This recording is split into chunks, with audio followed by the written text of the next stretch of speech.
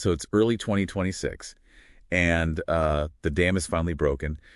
We're not just looking at a scandal today. No. We're looking at what historians are already calling the architecture of complicity.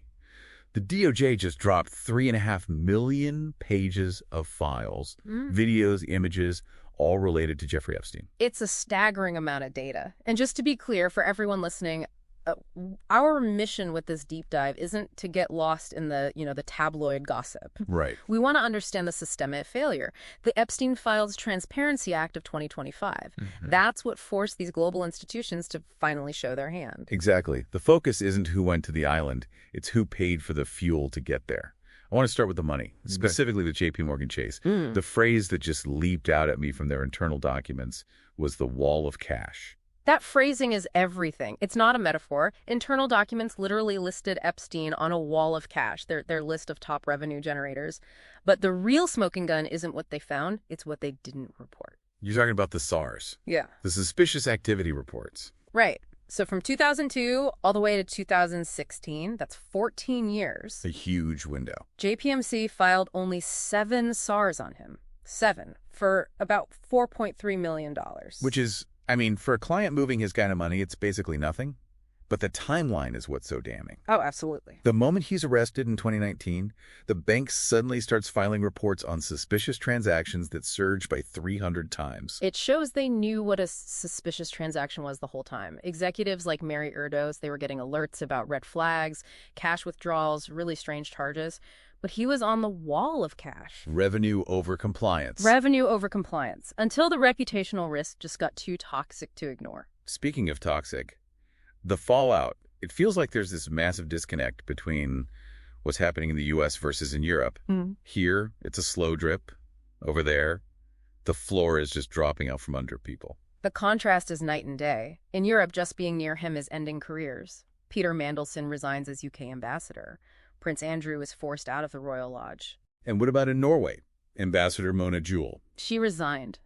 And that Mona Juul detail is particularly disturbing. It wasn't just a casual connection. No. Epstein left $10 million to her children in his will. That implies a kind of integration into her family that is very hard to explain away. And while all that is happening back in the U.S., the judicial system was still trying to keep names under wraps.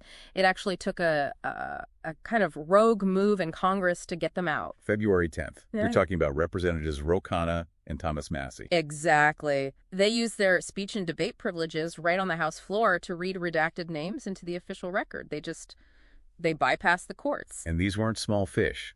We finally got confirmation Leslie Wexner was labeled a co-conspirator in FBI documents. And the emails about Sultan Ahmed bin Sulayem, the CEO of DP World. The references to a torture video in those emails are some of the absolute darkest parts of this entire release. It also showed Epstein's method. You see him trying to engineer these relationships, like with Kimball Musk, just to get into the Musk family orbit. It was predatory networking. It's so easy to get lost in the billionaires and the global intrigue, but we have to ground this. The only reason we're seeing any of this is because of the victims. And tragically, we lost one of the most important voices just last year. Virginia Giuffre. Her suicide in April of 2025, it was just a devastating blow. It was right before her memoir, Nobody's Girl, was supposed to come out. But her death, it seems like it wasn't in vain. It was the catalyst for these legal changes we're seeing now, specifically Virginia's law. It absolutely galvanized the legislature. Virginia's law gets rid of the statute of limitations for civil sex trafficking cases. So predators can't just run out the clock. You can't just use your wealth to delay justice until it's too late. And that pairs with the other big one, the Epstein rule. Which might be the most consequential thing to come out of all this. I think so. It mandates the automatic unsealing of discovery documents in any trafficking settlement. So no more paying a victim to bury the evidence in a sealed file forever. Precisely. It turns the judicial record into a permanent archive, not a commodity you can buy and hide. It just changes the whole narrative. This isn't a conspiracy theory anymore. This is now a verified historical record of elite impunity. And it proves that without real transparency, institutions will always, always protect their revenue over human lives. So I want to leave you with this final thought.